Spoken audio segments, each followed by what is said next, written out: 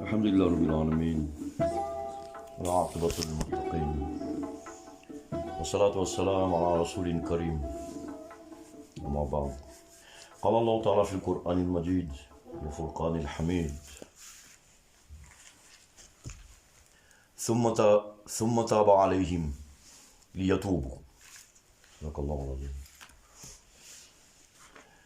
قال رسول الله صلى الله عليه وسلم أن تعبد الله كأنك تراه فإن لم تكن تراه فإنه يراك أو كما قال رسول الله صلى الله عليه وسلم في معنى الحديث. Bon mes amis, merci d'être là. Vous inquiétez pas, hein, j'ai toujours mon petit foutoir là. Il faut que je change. C'est pas moyen de fonctionner, bon, sinon je suis pas à l'aise. Mais c'est pas un foutoir, hein, attention. Donc, comme nous avons quelques nouveaux là, je vous avais annoncé que ce soir, je vais vous dresser un peu un nouveau tableau du programme de la transmission pour l'année 2022. Il y a quelques changements. Voilà. Il y a eu, évidemment, c'est moi l'intervenant, il y a eu quelques petits changements dans ma vie. Donc, il y a eu des changements dans l'organisation de ce qui va suivre aussi. Voilà. Donc, comme il y a quelques nouveaux, bienvenus, hein, des amis, eh bien, je vais vous faire d'abord un petit topo sur le Masnaoui Sharif, le Masnaoui Maranaoui de Maulana Haroum, parce que le centre de nos réunions, c'est le Masnaoui. Le Masnaoui de Maulana Haroum, de Rumi, Jalaluddin Rumi. Donc, je vais vous faire simplement un petit topo historique, voilà, de ce que c'est que le Masnaoui. Voilà. Et comment on le vit aujourd'hui aussi. Hein. Donc, comme la plupart de vous le savent, le Masnaoui Maranaoui hein, a été écrit par Jalaluddin Rumi au XIIIe siècle. Nous sommes en 1250, un peu autour, autour de 1250. Hein. Maulana Haroum lui-même, il vient de Balkh, du nord de l'Afghanistan là-bas. Hein. On l'appelle Mohammed Balkhi, parce qu'il vient de Balkh, c'est une ville au nord de l'Afghanistan. Et puis comme il y avait les invasions mongoles, lui et toute sa famille se sont enfuis de l'Afghanistan. Ils sont passés par la Mecque, et ensuite ils sont arrivés au sud de la Turquie, à Konya. Voilà. Et à Konya, eh bien, où il est enterré aujourd'hui, il a commencé à enseigner, etc. etc. Voilà. Et puis un beau jour, il y a un espèce de vagabond qui est passé par là. Lui c'était un grand savant, il avait plusieurs centaines d'étudiants. Il faut savoir qu'à l'époque, les sciences n'étaient pas séparées. Maulana Haroum, Maulana Haroum, c'est la manière pour moi d'appeler Rumi. Hein. Maulana signifie notre maître, hein. Ça va être son titre, Al-Maulana, jusqu'à maintenant, notre maître. Roum, c'est celui qui vient du pays de Rome. Rome, à l'époque, eh bien c'était Rome, hein. C'était l'Empire romain d'Orient. Même au XIIIe siècle, c'était resté. Pour les gens qui venaient de l'Inde là-bas, pour eux là-bas c'était Rome, c'est le pays de Rome, voilà, de Rome quoi. Voilà. Maintenant, je crois que c'est un peu fini. Hein. Voilà. Et donc, c'était un grand savant, mais alors c'était quoi la science à l'époque? Bien sûr, c'était un musulman, c'était quelqu'un qui enseignait le Coran, les hadiths, etc., les commentaires, tout ça. Mais à l'époque, c'était aussi un mathématicien, c'était aussi un astronome, c'était aussi un historien. Un musicien. Voilà. Même le vagabond qui est passé là, un musicien bien sûr, évidemment, hein, comme moi. Hein. Moi je suis un guitariste. Hein. Un jour je chanterai le Masnaoui avec ma guitare, hein, parce que ma guitare est là. Hein. Alors, eh bien, un jour, bon, il était dans sa madrasa, dans son université, tranquille. Hein. Même le sultan seljoukide de l'époque faisait partie de ses élèves. Donc ça allait, quoi. Voilà, il montait un bon cheval, quoi. Et puis un beau jour, il y a un vagabond qui est passé. Voilà, un vagabond un peu hirsute. Il s'appelait Shamsuddin. Shamsuddin, il venait de Tabriz. Tabriz, c'est un village un peu au nord de l'Iran. Hein. Il venait de Tabriz, c'est un gars un peu spécial, on en parlera. Quoi, voilà. Et ce vagabond, il arrive, et puis mon room, il pète un câble, quoi. Il pète ses 6 cordes de guitare, hein. Et puis voilà, il part en live, hein. Et voilà, on peut dire ça, hein. Et puis tout d'un coup, il découvre une autre dimension du divin, on va dire, hein. Le divin, pour lui, c'était ce qu'il connaissait, ses livres, ce qu'il connaissait depuis son enfance, sa science, hein, ses professeurs, etc. Donc une sorte de divin à l'échelon humain, hein, c'est normal, hein. Nous sommes des humains, donc nous employons nos outils de la pensée, de notre condition humaine, pour pouvoir appréhender le divin. Bon, certains vont me dire c'est un peu absurde, non, mais enfin on peut pas faire autrement. Mais on sait qu'il y a d'autres voies, hein, aussi, hein, voilà, on verra ça. Et donc ce Shamsuddin, il arrive, et puis voilà, Maulana Rum, tout d'un coup, eh ben, il abandonne son enseignement, il s'enferme 40 jours avec Shams, etc., etc. Et à un moment donné, bon, rapidement, hein, Shams suscite un peu les jalousies des disciples, tout ça. Et donc il est obligé de s'enfuir, on ne sait même pas comment il est mort, on pense que peut-être il est assassiné, etc., etc. Toujours est-il que quand il part, donc, Maharoum, bien sûr, il avait beaucoup de douleur dans le cœur, hein, c'était très très puissant.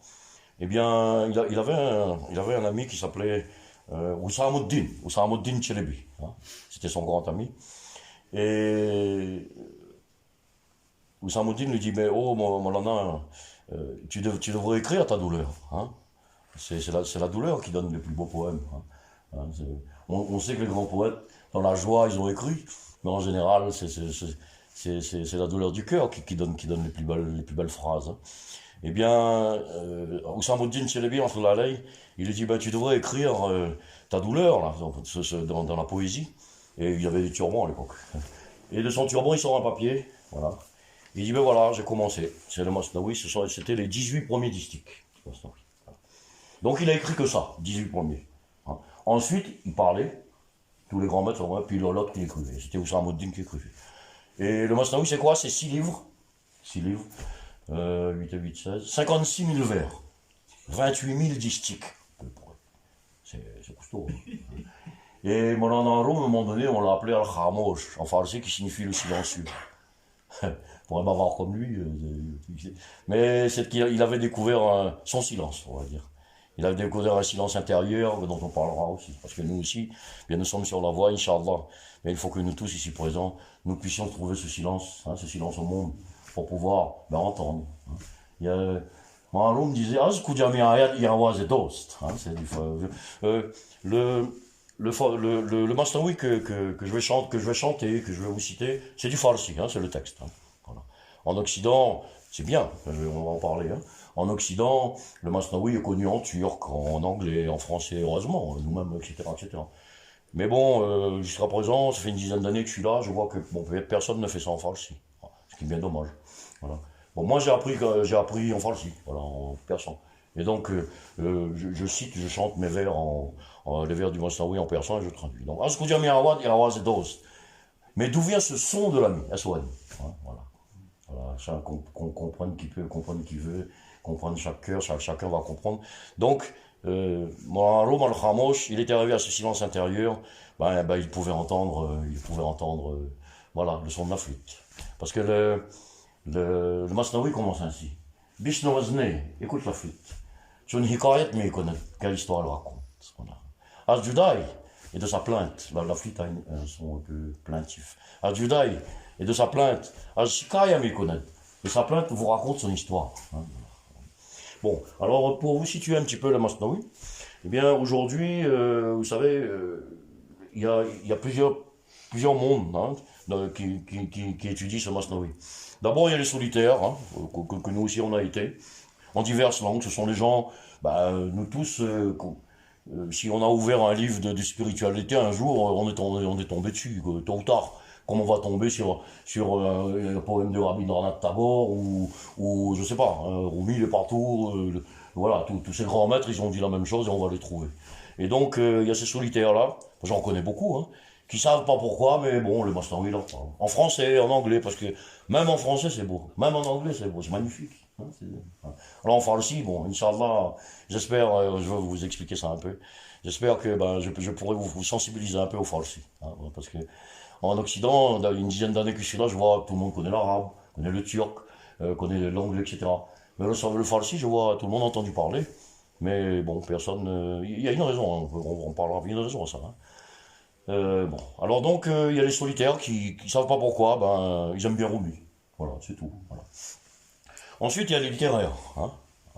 Moi, j'en suis pas. Hein. Bon, j'ai jamais étudié la poésie persane, la littérature persane. J'en ai rien à cirer. Moi, ce qui m'intéresse, c'est où j'étais, c'est maintenant, oui, c'est tout. Demain, non. Bon. Alors, mais, par exemple, à Bruxelles, où j'ai vécu 3 ans, là, on était un cercle. Il y avait une dame là-dedans qui était traductrice et bah, docteur de littérature persane, gentil comme tout, hein, avec son mari, etc.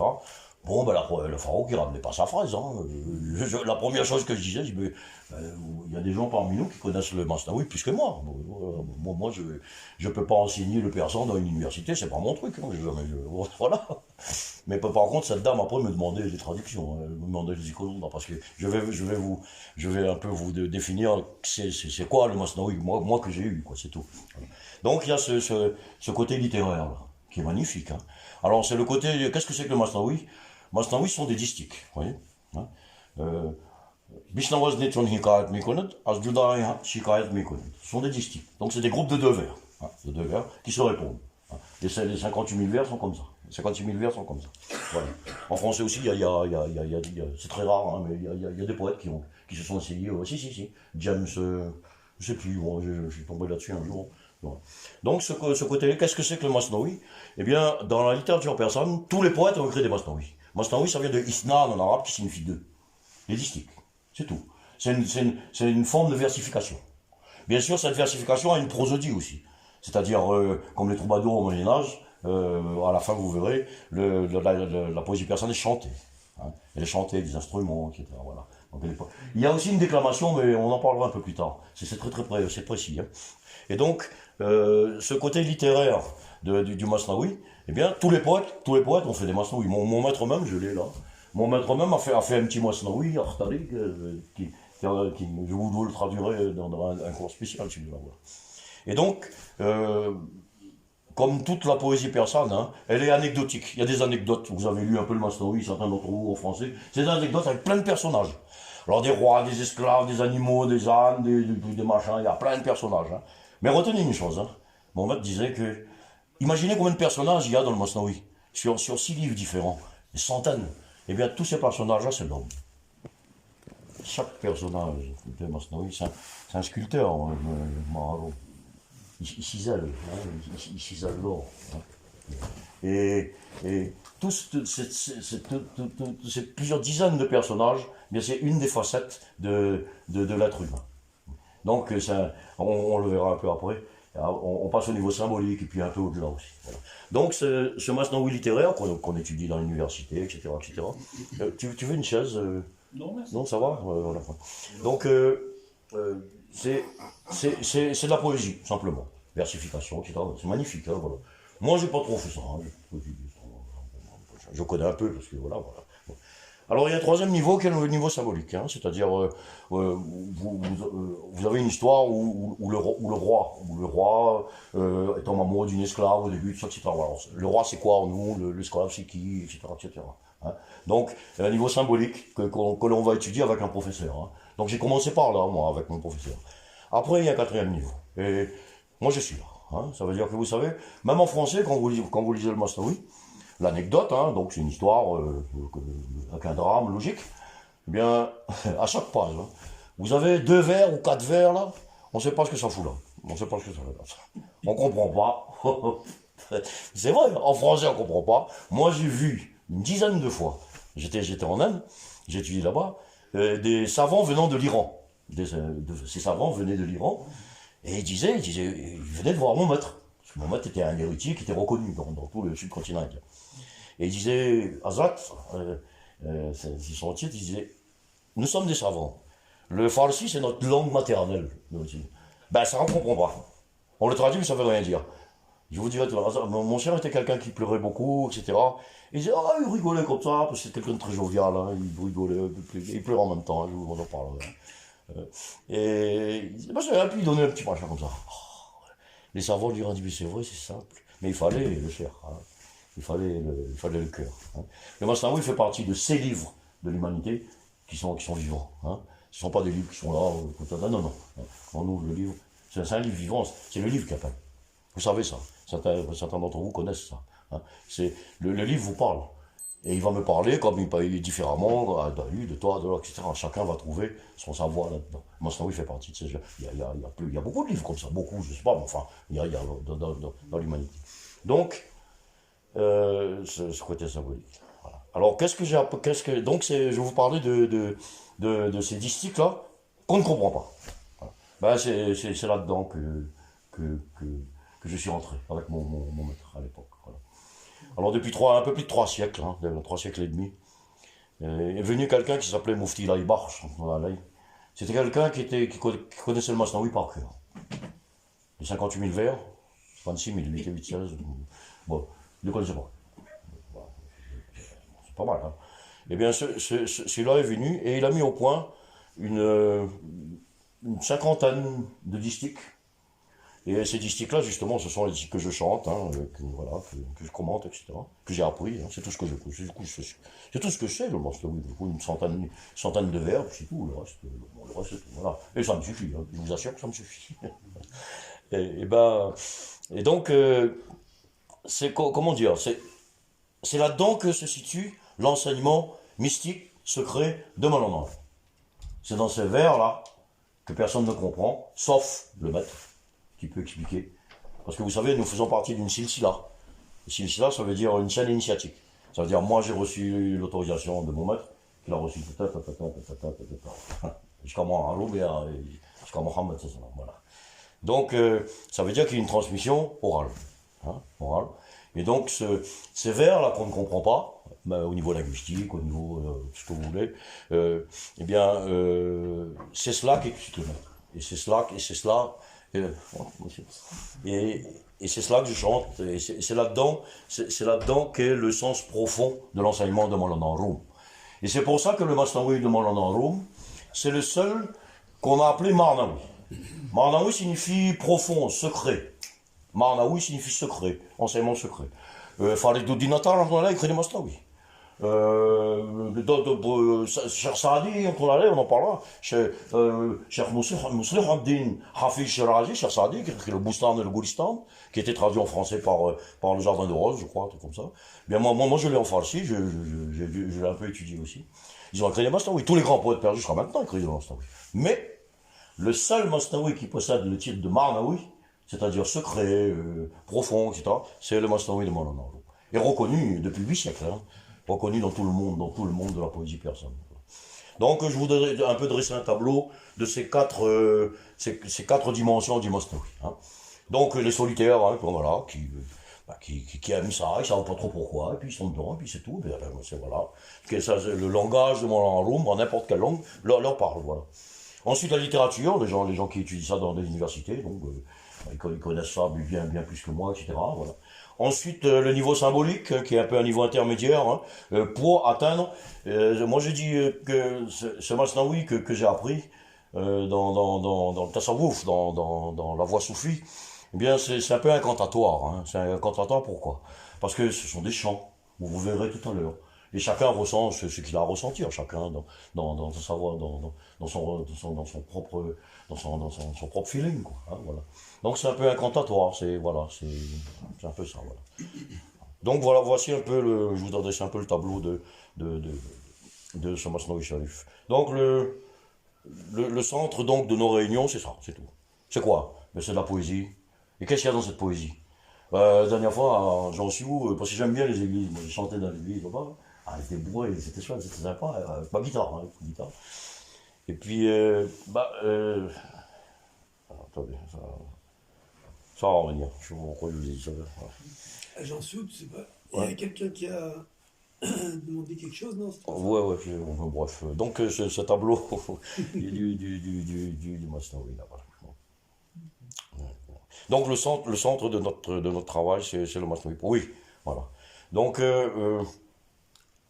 la poésie, c'est quoi? C'est une forme d'expression d'un cœur, hein, de quelqu'un. Et oui, je leur disais, voilà, ça. Je leur disais, écoutez, le Masnaoui, ce ne sont pas des chants religieux. On n'est pas dans la religion. Là. Ce sont des chants sacrés. Ce sont des chants qui parlent du divin. qui parle de Dieu, qui parle de l'homme, surtout des états du voyageur. Chez nous, vous savez, on dit il y a autant de chemins que de pèlerins. Et c'est la vérité.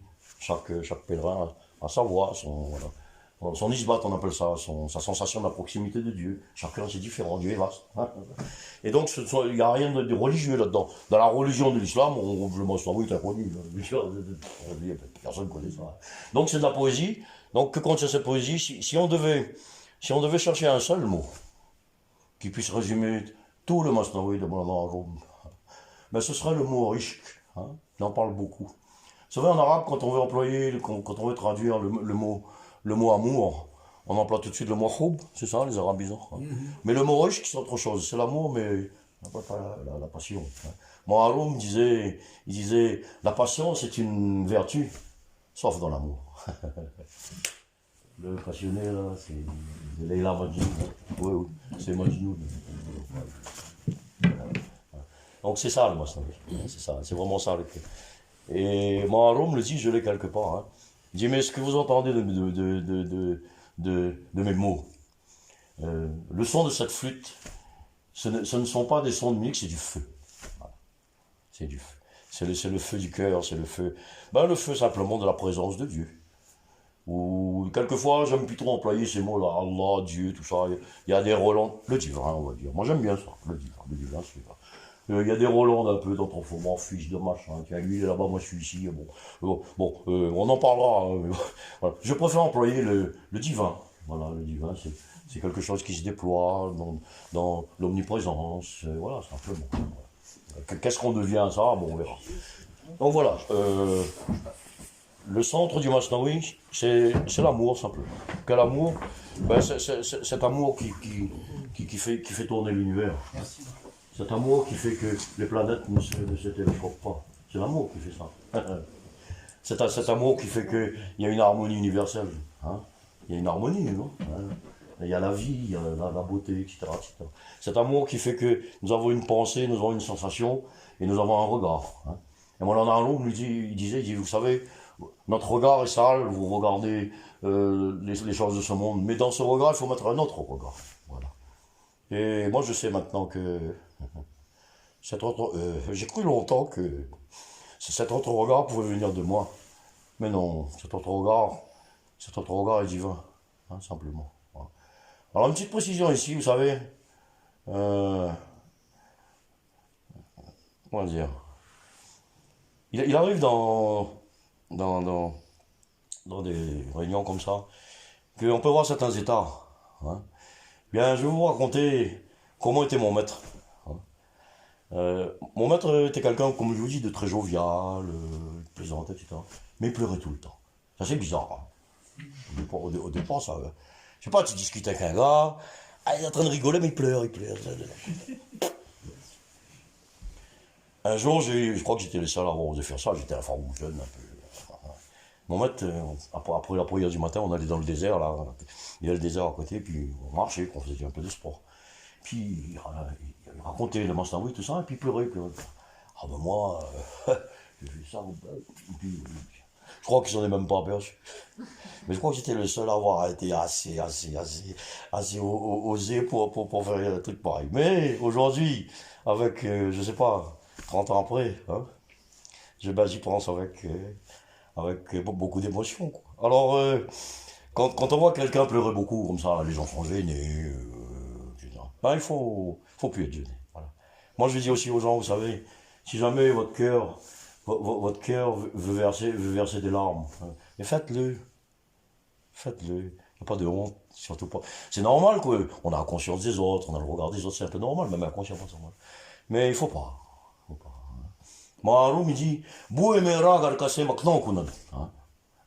Bouemera garkase maknon kunad. Tu pourrais cacher la mauvaise odeur qui sort de ta bouche. T'as bu du vin, il y a une mauvaise odeur, tu peux cacher ça. En prenant de la menthe, etc. Leke tchashme. Mais tu peux cacher la mauvaise odeur qui sort de ta bouche. Mais comment pourras-tu cacher l'ivresse que je vois dans tes yeux? C'est beau ça, hein? Tu peux cacher tout ce que tu veux. Mais l'ivresse que je vois dans tes yeux, que je vois dans vos yeux, personne ne peut cacher ça. Hein? Et cette ivresse, C'est simplement bien la grâce de Dieu, son amour à lui. Voilà, c'est simplement le déploiement du divin. Voilà, les portes sont ouvertes. Hein, voilà. Voilà. Donc, c'est bon, hein, je vous ai dressé un petit tableau là, de tout ça. Alors, ce qui s'est passé, maintenant on passe à la deuxième partie de ce Majlis. Vous savez, bon, j'étais un peu malade là, ça arrive. Hein. Et donc, j'ai pris une claque hein, à mon âge, une claque physique bien sûr, et pas que. Voilà. Et donc, quand on est malade et qu'on passe à côté du départ, moi je sais pas ce que c'est, j'ai jamais été malade de ma vie, les médicaments ne jamais pris. Là, bon, d'après le médecin, quoi.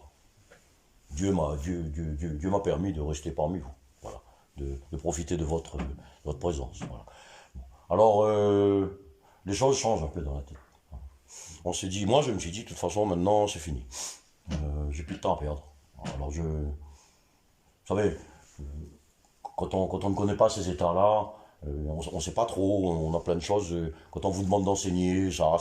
Bon, moi, vous savez, j'enseigne les arts martiaux, enfin la guitare, il y a plein de trucs, on est tous comme ça. On peut enseigner, lui, il peut enseigner à tailler la pierre, etc. Chacun a sa richesse. Hein. Mais donc, on hésite, on ne sait pas. Ben là, non, c'est fini. C'est-à-dire, tout ce que j'ai, je vais vous proposer. Voilà. Après, j'ai dit à la fin, vous inquiétez pas, hein, si je suis tout seul, il n'y a pas de problème, je suis très bien avec moi-même avec mes livres. Peu importe, mais j'ai plus de temps à perdre. Voilà. Le peu que j'ai eu avec un vieux monsieur, je l'appelle comme ça, mon maître, c'est un vieux monsieur, voilà. Le peu que j'ai eu avec lui, parce que ben, les gens viennent me voir, puis ils me demandent, ben, je vais vous, voilà, je vais vous le proposer. Hein. Et donc, jusqu'à présent, depuis 6 ans hein, que je suis en Creuse, et 2-3 ans en Belgique, ben, tous les 3e samedis du mois, et on n'a jamais raté, hein, tous les 3e samedis du mois, on fait ce Majlis-là. Sauf le mois dernier. Pardon? Sauf le mois dernier. Ah, le mois dernier. Le mois dernier. Ben, j'avais un autre Majlis, hein. J'étais occupé. Voilà.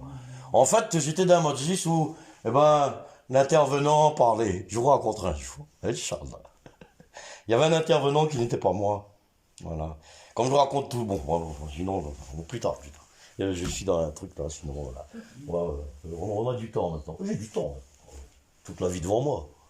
Et puis un peu plus que ça aussi. Voilà. Et la vie, qu'est-ce que c'est? La mort, ça n'existe pas, ça. La vie, voilà. Il n'y a que la vie. Donc, depuis 6 ans maintenant, tout le temps. Et donc, on ne savait pas trop quelle forme ça prenait. Donc, voilà.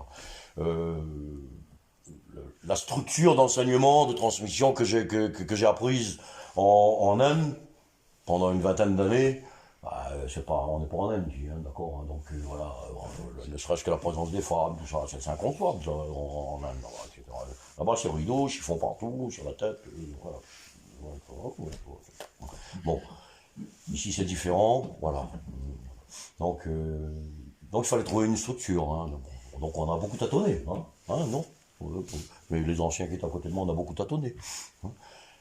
Mais là, je tâtonne plus, c'est fini. J'ai plus le temps de tâtonner, là, si vous voyez ce que je veux dire. Donc voilà ce qui va se passer. Et ce 3e samedi, donc il sera là tout le temps. Hein. Ce qui est important pour moi, c'est de notre rencontre, et puis après on va manger ensemble. Ça c'est important, je trouve. Agapé, Zagap. Hein. C'est important. C'est important d'écouter quelqu'un parler, parce qu'on s'intéresse à ce qu'il dit. Pas trop longtemps quand même. Parce que, mais manger un peu ensemble, ça fait partie de l'enseignement aussi. Hein. Manger un peu ensemble, c'est se connaître un peu plus, voilà, des nouveaux, etc. C'est important. Hein. Donc, ensuite, deuxièmement, il y aura le 1er, le 2e, 3e samedi maintenant. Hein. Il y aura 3 mois. Hein. L'autre Majlis, c'est assemblée, hein, c'est réunion. Hein, voilà. L'autre Majlis, alors, fais passer un peu ça. Hein. Prenez un, il y a un là et un là. Voilà. Prenez un chacun. Il y a deux modèles différents? Oui, il y a ça et ça. Voilà. D'accord. Alors, bien sûr, je parle de mon maître depuis des années. Bien sûr, vous ne le connaissez pas. Bon, c'est normal. À peine si vous entendez son nom, il s'appelait Azat Maulana Hakim Mohamed Akhtar. Il faut prononcer les noms, vous savez, les sons, c'est magique. Les sons, c'est magique quand on prononce les noms, là, ils sont là.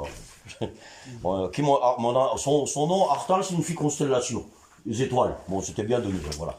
C'était vraiment quelqu'un qui planait, hein. Ah oui, assez haut. Hein. Voilà. Alors je vais vous dire un peu, un peu pourquoi, le contenu de ça. Donner aux dames, c'est pas, vous avez eu aussi. Oui, mais C'est bon. ça tourne. J'en ai fait une vingtaine, hein, bon, je pense que, voilà. Alors, j'aimerais vous faire connaître mon maître, voilà. J'aimerais beaucoup.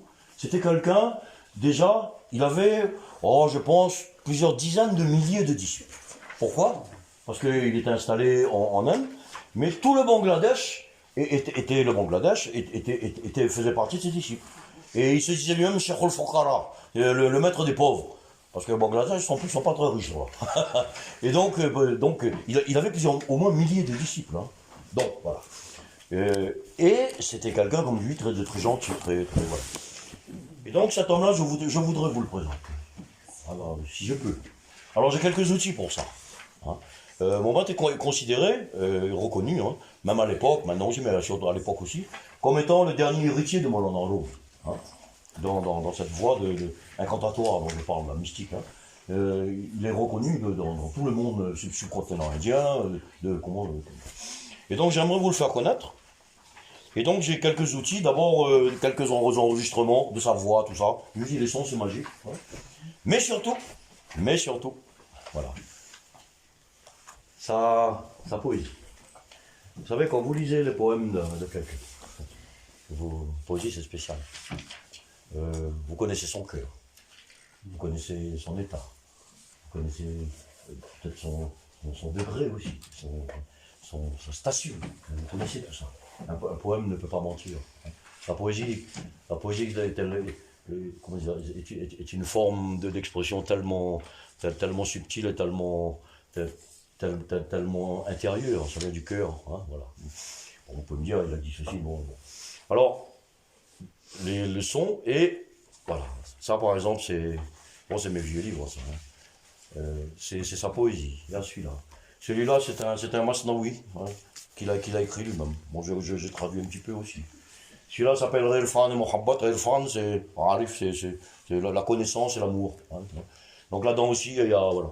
Donc, ce que je vais faire, c'est que dans ce majlis-là, un petit peu de son 5 minutes. Hein. Ensuite, je vais prendre deux vers ou 4 vers que je vais traduire mot à mot, que je vais commenter. Après, on peut avoir des échanges, poser des questions, etc. Ça, on verra, il n'y a pas de problème, ça.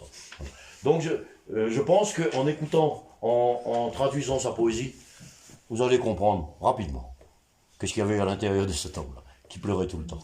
Je vous assure, hein, c'est incroyable. Hein. C'est incroyable. Hein. Ah ouais. C'est incroyable. Après, on s'est habitué. Hein. Il plaisantait, il racontait une histoire, il y avait un qui arrivait, on était tous habitués. Quoi. Et il racontait une histoire, il riait aux éclats, mais ça coulait. C'est le seul. Bon, j'en ai vu des maîtres hein, quand j'étais jeune, quand on fait 15 ans en Inde, etc. On voulait etc. Tu connais. Hein. Et c'est le seul que j'ai vu comme ça. Voilà. Et là-dedans, je vais vous traduire ça. Et donc, je pense que vous allez approcher, vraiment. Excuse-moi, ça c'est quelle majlis? Celle où c'est la majlis? Une deuxième, ça. C'est une deuxième? C'est une deuxième majlis. C'est pas le troisième samedi, ça. D'accord. Voilà. Et donc, voilà, le troisième samedi. Et dans ce majlis-là... Excuse-moi, c'est celle qui correspond à ce document-là. Voilà, c'est ça. Je vais en parler, là. D'accord. Le persan, là. Okay. Alors, pour comprendre un peu, ressentir le milieu indien, parce que moi, je viens de là-bas. Ici, le tasawwuf, le soufisme vient d'Afrique du Nord, de la Syrie, de Liban, etc. C'est bien, c'est formidable. Mais bon. Moi, je viens du Tistia de l'Inde.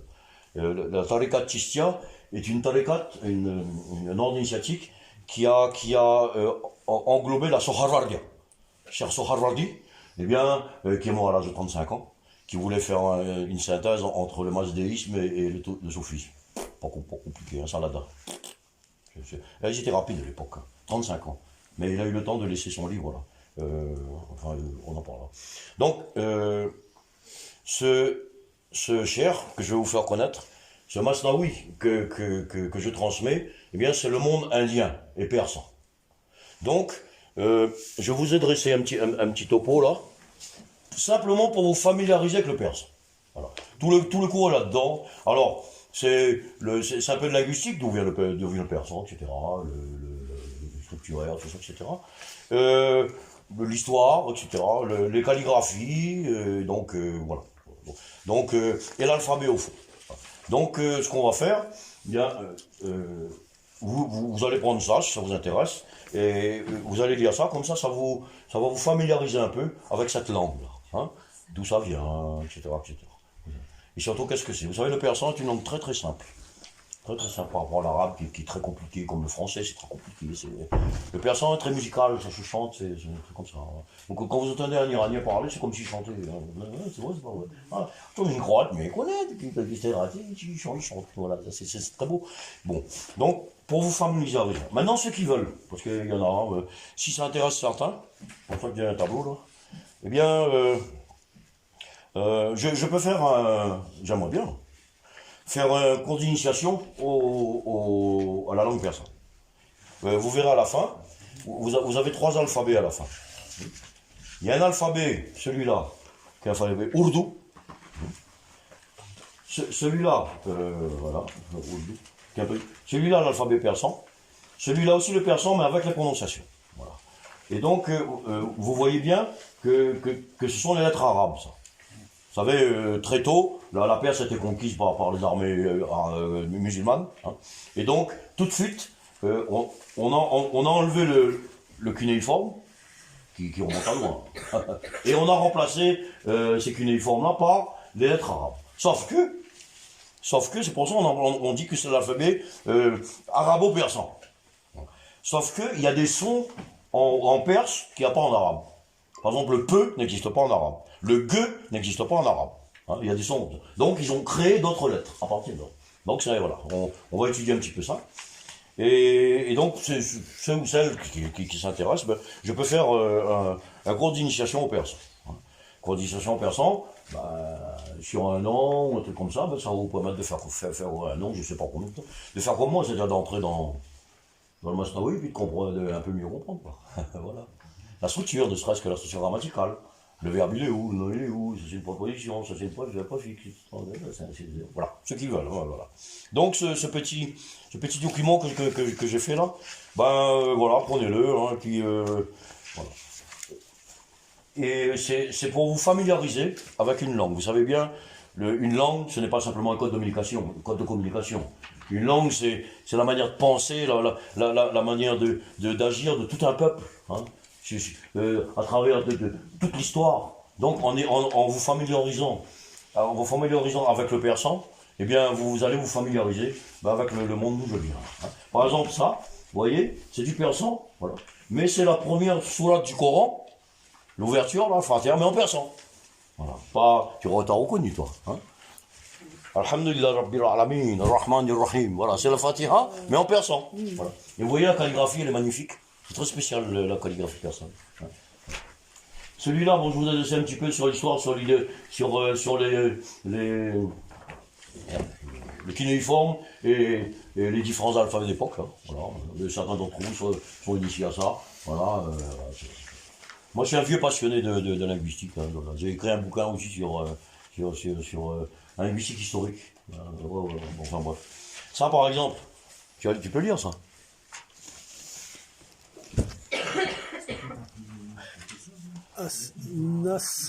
Ouais. Nasrum. Non. Nasrum min Allah. Wa. Fathun. Qarib. C'est du l'arabe, mais écrit en persan. Celui-là. Coran, ça. Ala bi dhikrillahi tatma'inna al-qulub. Ah, salut. Ils sont pas contents, les arabes. Hein, non, ils sont pas contents. Non, parce que pour eux, bon, j'emploierai pas mes noms d'oiseaux, hein, parce que c'est bon. Et ici, vous avez un alphabet, c'est l'alphabet persan qui est lettres en plus. Ici, les chiffres. Celui-là, il est spécial, c'est l'alphabet ourdou. Voilà. Qui est bon. Voilà. Peut-être certains d'entre vous connaissent l'ourdou, non? Non, un petit peu, non. Personne d'entre vous, non. Voilà. Et celui-là aussi, c'est l'alphabet persan. Et celui-là, l'alphabet persan, mais avec la prononciation. On étudiera ça, si ça vous intéresse, hein, bien sûr. Donc voilà à peu près ce deuxième majlis, ce qui c'est de là. Donc, son, poésie, hein, la poésie de mon maître. Et puis pour comprendre, pour ressentir un peu cette poésie-là, il faut être un peu familier avec la langue. Voilà, c'est tout. Puis le but, c'est quand même la poésie, quoi. Ah oui, oui, oui. Non, le but là, c'est que que vous puissiez pénétrer comment dire, l'état spirituel que mon maître avait. C'est ça mon but. Et ce sont des outils. Inch'Allah, j'espère. J'espère. Hein, par votre sensibilité.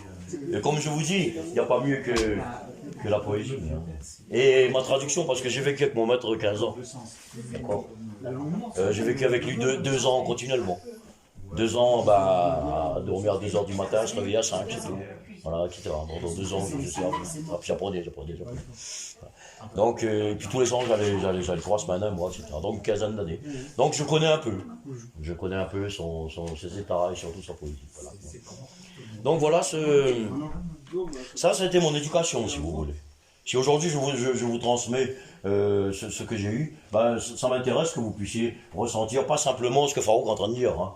Farouk, bon, c'est pas intéressant. Hein. Par contre, ce qu'il y a là-dedans, c'est autre chose. Hein, voilà. Donc, voilà, je vais essayer. Troisième majlis. Donc, 2, 3. Alors, le troisième majlis, un peu spécial, c'est ce papier-là. Voilà. Sunna Iwoué. Voilà. Alors, vous savez, ah non, mais tu vas halluciner, toi. Tu vas t'halluciner déjà. Alors, qu'est-ce que c'est que ce truc-là? Voilà. Qu'est-ce que c'est que ce truc-là? Voilà.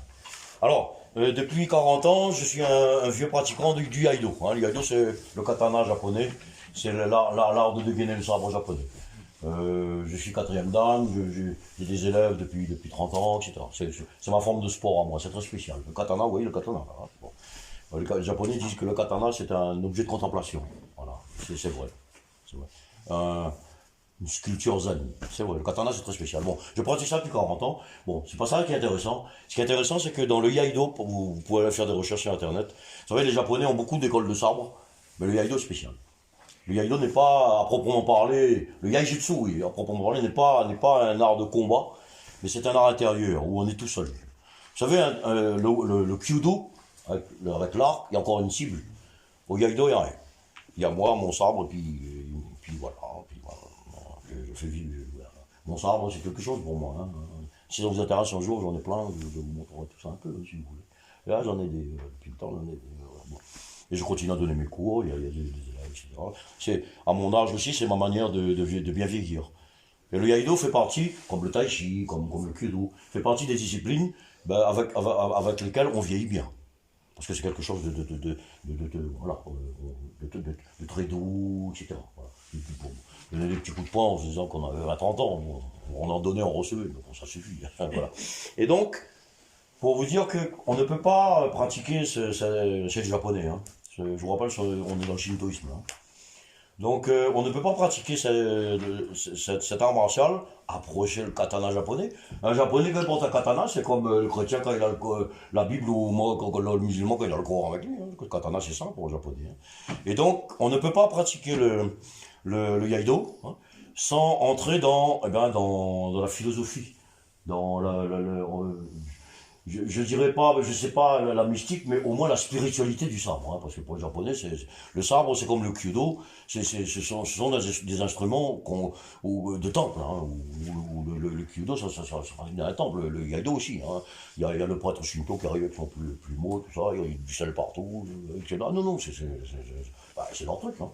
Et donc nous, occidentaux, on ne peut pas pratiquer ça sans rentrer là-dedans. Donc ça fait 40 ans que je suis là-dedans. Quoi. Et ça me parle. Et donc ça fait 40 ans que M. Lao Tse, par exemple, c'est quelqu'un qui me parle, qui est toujours là avec moi. Voilà. Bon, je tentais qu'il existait, peu importe. En tout cas, son Tao Te Ching. Et donc, attendez, je n'ai pas fini. Hein. Mon but n'est pas de vous enseigner Lao Tse, c'est pas ça. Pas ça. Ni le Iaido, enfin pas ici. Quoi. En fait, ce qui s'est passé, c'est que, vous le verrez, c'est sur le petit, là-dessus, là. Je vous ai fait un petit topo hier soir. Là. En fait, je suis un passionné on va dire, on appelle ça un peu la mystique comparée. Je suis un passionné de ça, moi. Ça veut dire que pour moi, la voie spirituelle, le discours avec le divin, avec le Seigneur, eh bien, ça n'a pas de religion, ça n'a pas de peuple, ça n'a pas de temps, ça n'a rien. C'est quelque chose de... Voilà. Et donc, mais les êtres humains ont établi des disciplines à travers eux. Et moi, je suis passionné de ça. Donc, ça veut dire que j'ai retrouvé, voilà où je voulais en venir. J'ai retrouvé dans le soufisme, je trouve ailleurs aussi. J'ai retrouvé dans le soufisme là au-dessus. Gongse aussi. Confucius, il était contemporain. J'ai trouvé ça dans le soufisme. À travers 2 maîtres. Donc, je voudrais vous en parler. Sur Rumi, bien sûr. Hein. Je vous dis dedans quelques passages. Et Ibn Arabi, voilà. Cheikh Ibn Arabi. Ces deux-là, Cheikh Ibn Arabi écrit en arabe, Maharoum écrit en farsi. Donc j'ai des passages, voilà. Ça veut dire que, bon, écoutez, c'est un truc que j'aime bien. Et puis voilà, je l'expose. Mais comme je vous dis, je suis très bien avec moi-même, avec mes livres, voilà. Mais l'expérience prouve que non, il y a toujours des petits jeunes et des moins jeunes, voilà, qui sont sympas, qui disent, bah, allons voir les Farouk là-bas, déjà, on va boire un thé, un bon café là-bas. Et puis voilà, et puis on va parler de ça. Voilà. Donc je mets un peu à votre disposition, un peu, bah, écoutez, 40 ans de réflexion, de vie, hein, comment dire, une autre forme de spiritualité. Hein, une autre forme de spiritualité. Que je viens de retrouver il n'y a pas longtemps, hein, 2-3 ans, hein, que je viens de retrouver dans mon room. Ce que je vous ai lu au début, là, je vous l'ai dit, ça revient à ça. Je vous ai lu d'abord un verset du Coran qui dit que, en substance, il est ensuite revenu vers eux afin qu'ils reviennent vers lui. Ça m'en parle beaucoup là parce que c'est un peu mon histoire, ça. Mon histoire, c'est quoi? Ben, je suis parti vers Dieu pendant 27 ans de ma vie. Puis un jour, je me suis barré. Parti 10 ans, hein. Parti 10 ans, hein. Un peu partout. Hein. Et c'est lui qui est venu. Voilà. Alors, c'est pour ça, il est ensuite revenu vers eux. C'est lui qui est revenu. Enfin, qu'il revienne vers lui. Pour vous dire que nous ne faisons rien, nous. C'est le divin. Pour ceux qui ont le cœur, qui ont eu la grâce d'avoir le cœur ouvert au divin, eh bien, ils ne font plus rien. Ben, si on dit qu'on ne fait plus rien, là, ben on est dans le Huawei, là. Hein. Le Huawei chinois et le Mushin japonais. Le non-agir. Un non-pensé. Qu'est-ce que c'est que ça? Hein. Et le deuxième truc que je vous ai lu, là, c'est un truc de Mohammed, sallallahu alayhi wa sallam. Vous savez, Mohammed, bah, c'était quelqu'un comme qui était un initié, on peut dire ça. Hein, c'était quelqu'un qui devait avoir certainement un rapport spécial avec son maître. Hein. Et ben, un peu les lettrés ici, là. Un jour, alors, ce que je vous ai lu là, c'est un hadith, hein, c'est-à-dire c'est les paroles du prophète.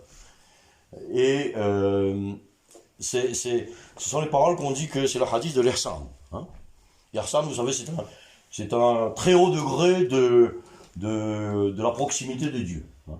L'Ihsan, on peut dire, certainement, ça s'approche de l'état contemplatif. Hein. Je vais vous le traduire, vous allez voir. Adorer Dieu, hein, adorer Dieu, comme si vous le voyez. Voilà. Et après, les savants traditionnels, ils disent et si tu ne le vois pas, certes lui te voit. Mais bon, on n'a pas d'enregistrement de Mohammed. Il y a une autre manière de le lire, ça. Adorer Dieu comme si vous le voyez. On fait une césure là. Mais si tu n'es pas, un apostrophe S. Attends, tu le vois. Voilà. Alors, on est dans la haute, là. On est dans le non-être. J'aime pas le mot néant, vous savez. Le néant, ils traduisent ça par néant. Le néant le néant spatial, là, ça n'existe pas ça. Le néant philosophique, ça n'existe pas ça. Le mot néant français a une connotation que j'aime pas. Je préfère non-existence, non-être. C'est un peu difficile, hein. Je préfère non-être. Voilà, je préfère ça. Là, non, mais alors qu'est-ce que c'est que ce truc-là? C'est bien beau, hein. Non-agir, machin, tout. Bon, alors, comme j'ai un peu gambergé là-dessus, dans ce troisième majlis là, je vais vous proposer ça. Et bien sûr, j'espère qu'il y aura des gens présents, parce que moi aussi j'ai besoin d'apprendre. Hein, il y a des gens qui connaissent ces trucs-là mieux que moi. Hein, et donc j'ai besoin d'apprendre, et on fera des échanges. Mais en tout cas, moi ce qui m'a intéressé, bon, moi je suis un vieux soufi, d'accord? Ça veut dire que moi, mon truc, c'est Mohammed. Mon truc, c'est mon Masnaoui. C'est mon truc. Voilà, c'est tout. Voilà. Bon. Mon truc, c'est pas là au-dessus. Ça aurait pu. Mon truc, c'est beaucoup Jésus aussi. C'est beaucoup. Bon, enfin, bref. Voilà. Bon. Et ben, mon but, c'est pas ça. C'est pas de vous enseigner ce que certains d'entre vous connaissent certainement mieux que moi. Mais mon but, c'est que la mystique comparée, ce que j'appelle la mystique comparée, hein, c'est-à-dire la spiritualité. Voilà. Voilà un gars qui a écrit à peu près 6 siècles avant l'ère commune, là au-dessus, 6 siècles à peu près, 6 siècles combien. On retrouve ça au 7e siècle après l'ère commune, chez Mohammed. Et puis, bon, chez Ibn Arabi, on retrouve ça au 13e siècle, c'est intéressant, je trouve. Voilà. Donc je vous propose ça, simplement. Donc 3 majlis, hein, vous avez bien compris. Voilà. Donc je vous laisse ce petit papier là pour ça. Voilà. Ben écoutez mes amis. Concrètement, c'est le premier, deuxième, troisième. Oui, voilà. Alors, ce qui se passe là, c'est que c'est un peu difficile. Ici, nous sommes, c'est un ami. Alhamdulillah, voilà, ce qu'ils ont fait, c'est merveilleux. Hein. Je remercie son épouse, Nour, etc. C'est bien. Là-bas, à la grange où on habite, c'est un peu froid. Je suis en train de faire ma khanka. Vous savez, j'habite dans une caravane que j'ai agrandie, puis j'ai une autre petite caravane à côté. Comme j'en avais marre de voir mes bouquins traîner partout, cette petite caravane-là, je suis en train de la transformer, parce que je bricole un peu. Hein. Je suis pas trop manchot non plus. Hein. Et donc cette petite caravane-là, je suis en train de la transformer en mon bureau. Donc jusqu'à présent, j'ai commencé il y a quelques mois, c'est mon bureau, une chambre d'amis qui se rappelle là, avec ma maladie, là, ma claque. Là. C'est pas ça. Ben, cette petite caravane-là, c'est ma khanka. Voilà, c'est tout. Je demande l'avis à personne. Ma khanka, c'est khanka, c'est zawiya, ashram. Voilà. C'est la même chose. Khanka, zawiya en arabe, khanka en farsi. Et pour finir, hein, mon cher faisait un jeu de mots, parce que c'était quelqu'un, il faisait jeu de mots sur 5-6 langues. Lui, hein. Au début, il comprenait que dalle. Quelques années après, il me dit, ah là là, je te jure. Hein. Et quelques années après, c'était chouette, je rigolais avec tout le monde. Khanka. Khanka, vous savez, bon, c'est le mot farsi. Mais vous savez, dans la poésie persane, on parle beaucoup du ha. Il y a une parole en ourdou qui dit Meri ha. Meri, c'est féminin. Mon soupir. Mon rôme, il dit Ahara juz asma'am dannaboud. Ahara. Et de mon soupir, il n'y a pas d'autre témoin que le ciel. Razera. Et de mon secret. Razera. Ghaira khoda. À part le Seigneur, il n'y a pas de confident. Donc, il disait qu'est-ce que c'est que la khanka? Il disait, ben, c'est cet endroit où vous prononcez votre khanha. Khan signifie grand en farsi. C'est beau, hein? Je faisais des jeux de mots comme ça. Khanka, khanha. Voilà, c'est tout. Bon. Ben écoutez, si je vous dis tout ce qu'il y a là, on n'a pas fait fini demain. Hein, voilà. Mais voilà, donc je vous ai dressé un petit tableau de ce que c'est le Masnaoui. Hein. Ensuite, alors, j'ai pas fini cette ma khanka. Hein, j'ai pas fini, donc j'ai encore un petit peu, là je suis un petit peu faiblard sur les guibolles, bon, même si j'avance. Hein. Donc je vous tiendrai au courant, on aura toujours jusqu'à le 3e samedi, là, mais les deux autres, ça va se faire peut-être dans 1 mois, 2 mois, un truc comme ça. Je vous tiendrai au courant, hein, des 2 autres, voilà. Mais Inch'Allah, ça va se faire. Voilà. Dans les ténèbres, il y a toujours de la lumière. Vous savez, Ibn Arabi disait, mais quelque chose de très beau, même le feu est la demeure de Dieu. C'est pas beau ça, hein? Même le feu est la demeure de Dieu. Bon, il y a un endroit où il n'est pas lui, dans l'omniprésence. Alors quel feu? Il n'y a pas de feu. Le feu c'est l'amour, c'est tout. Voilà. Le feu qui brûle, tout ça, bon c'est bon. L'assemblée que nous faisons chaque fois, nous terminons toujours par un zik. Le zik, vous savez, c'est, on va dire, pour employer un mot un peu, c'est une sorte de mantra. Hein. Une sorte de mantra qu'on répète. Hein. Alors, je l'enseigne comme je l'ai appris. Hein. Vous savez, le zik, le nom d'Allah, etc., ça appartient pas qu'aux musulmans, ça. Hein. On confisque pas ça, nous. Hein. C'est un son, ça parle à quelqu'un, il fait s'il veut, etc., peu importe. Et ensuite, voilà, je vais, pendant ce zik, je vais vous chanter un petit peu la poésie persane. Pendant 5-10 minutes. Hein. Comme ça, ceux qui sont nouveaux, bien vous aurez une idée un peu de ce que c'est que le chant du Masnaoui. Voilà, le chant du Masnaoui. J'ai appris ça avec mon maître, avec d'autres autour de lui, etc. Voilà. Alors le zikr se fait simplement sur le nom d'Allah, Allah. Hein. Alors il faut que ce soit très doux. Hein. Allah, Allah, Allah, Allah,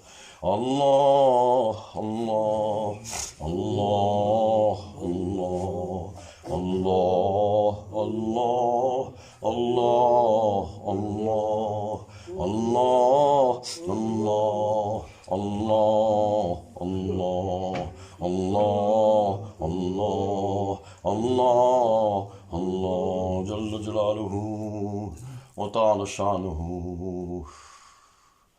لا إله إلا الله لا إله إلا الله لا إله إلا الله لا إله إلا الله لا إله إلا الله لا إله إلا الله لا إله إلا الله لا إله إلا الله لا إله إلا الله لا إله إلا الله لا إله إلا الله لا إله إلا الله لا إله إلا الله لا إله إلا الله لا إله إلا الله لا إله إلا الله محمد رسول الله صلى الله تعالى عليه وسلم از محبت مسها ذری شود از محبت تلخها شری شود از محبت شعر و موش می شود از محبت دیو و هور می شود از محبت نار نور می شود لا إله إلا الله لا إله إلا الله لا إله إلا الله لا إله إلا الله لا إله إلا الله لا إله إلا الله لا إله إلا الله لا إله إلا الله لا إله إلا الله لا إله إلا الله لا إله إلا الله لا إله إلا الله لا إله إلا الله محمد رسول الله صلى الله تعالى عليه وسلم اللهم صل على سيدنا محمد وبارك وسلم